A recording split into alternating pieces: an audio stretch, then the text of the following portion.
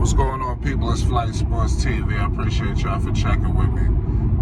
Today, I want to talk about a situation right now where I feel like last night we said a lot of different things, but today, like I said, I want to go on something that I don't think kind of went unnoticed.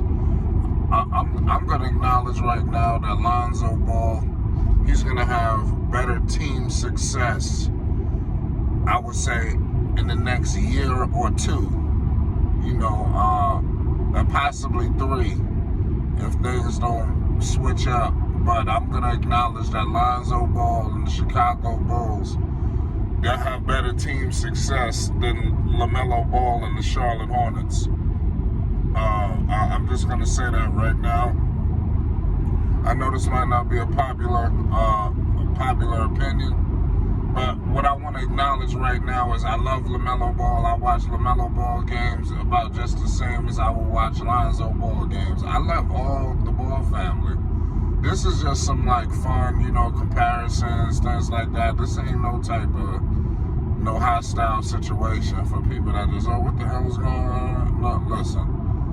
So Lonzo Ball, man, the Bulls, they're definitely looking like they're on the cusp of something special in Chicago. I'm not sure what's going on with my man,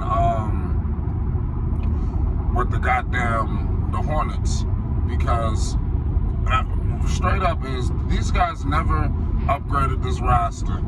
This team is pretty much the same fucking team they had earlier on in the season.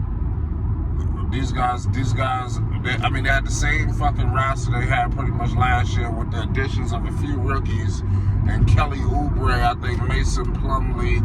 I'm not going to say that this roster made a significant upgrade, especially in the Eastern Conference where you got some heavyweights out there. I mean, the teams just that you're going to be able to compete with. Not to say that LaMelo can't compete with these teams. I believe LaMelo, he can rise to the occasion.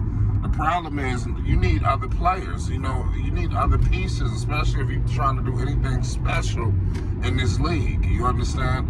LaMelo's not going to be able to do it all by himself. Terry Rozier, I think him and LaMelo, they got a nice little connection going. I don't see the Hornets. I see the Hornets doing well this season. I think the Bulls have a way better shot at making the playoffs than the Hornets. There's so many good teams in the Eastern Conference. Every team is not going to make it. If there's any team that's more likely to fall out of the playoff picture between the Hornets and the Bulls, I'm going to go with the Charlotte Hornets. Okay? Because like I said, they don't have the pieces. P.J. Washington is not the answer. No disrespect to P.J. Washington. You understand? Even Bridges is okay. He's hit some threes. It's going to be interesting to see is Miles Bridges taking that next step.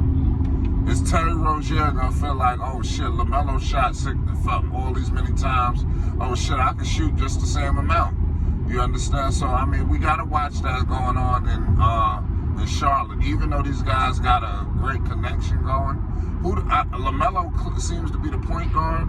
What is Terry Rozier's role with the Charlotte Hornets? I'm very concerned. See, that's signing to me. I know that they cool and all, but it really would have boded well for them to roll with Melo at point and them to trade Rozier and possibly get a shooting guard or some situation like that. I like Terry Rozier on the Charlotte Hornets, but I just thought it was time to give LaMelo the reins, which I do feel LaMelo does have the keys. Mind you, all this shit is really my opinion. Like I'm gonna say right now, none of this shit is necessarily facts. This is just some shit that I honestly believe could possibly be. What I know for a fact is the Bulls will finish with a better record than the Charlotte Hornets this season. They have a team more equipped to deal with some of these teams out east. The East is a beast. You gotta have obviously the heavyweights. You got my man Brooklyn. You got Brooklyn, Milwaukee. Even if you want to throw Philadelphia in there, because they got Joel Embiid. As long as they got Joel Embiid, they're gonna be all right. Who else? These guys. You got Miami, they've retooled. They just came from the finals, although it happened in the bubble, but still, they just came from the fucking finals. You know, they just got Kyle Lowry, championship pedigree. They're gonna be in the mix. The New York Knicks, like I'm gonna state before, a lot of people think the Knicks is a fucking joke or a laughing stock, or I don't know how y'all viewing the Knicks. But bottom line was the Knicks had the 4th seed in the Eastern Conference last season. They had home court advantage, even though they pissed away the opportunity in the playoffs. The New York Knicks are proven to be one of the top teams in the East, especially last season, if you're going on that.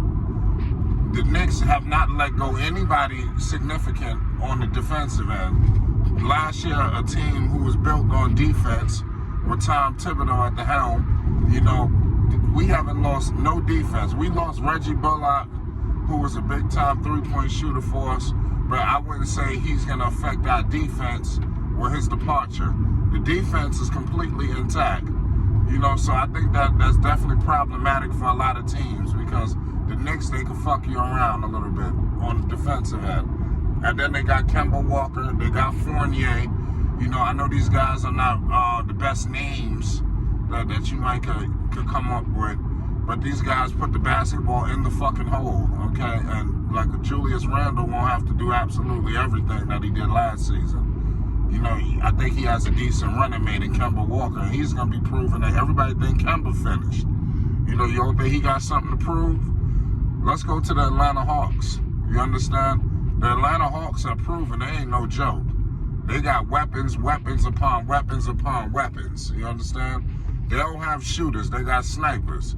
You understand? Where you think the Hawks going to go? You think the Hawks is going to make this dramatic drop-off? You understand? Do we really think the Hawks are done? No, the Hawks just getting going. They one of the most dangerous teams in the NBA and in the Eastern Conference. So people especially thinking that certain teams are just going to come in and run roughshod over the East. It's just not going to go down like that.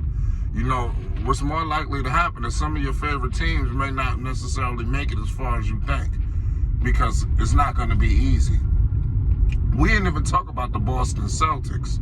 The Boston Celtics, they got my man Jason Tatum. A lot of guys are high on Tatum. Jaylen Brown. They just got the pedigree. The Celtics, they're a sleeping giant because they got the pedigree for winning. They all know the Celtic pedigree, and they got a new coach. You got my man in the front office now. Brad Stevens is running the front office. So they seem to be an intact organization. So beating the Boston Celtics ain't going to be easy, okay? Boston is no joke. Who else we got out east? I know Washington. You know, we sleeping on Washington. But I'm going to throw Washington out there.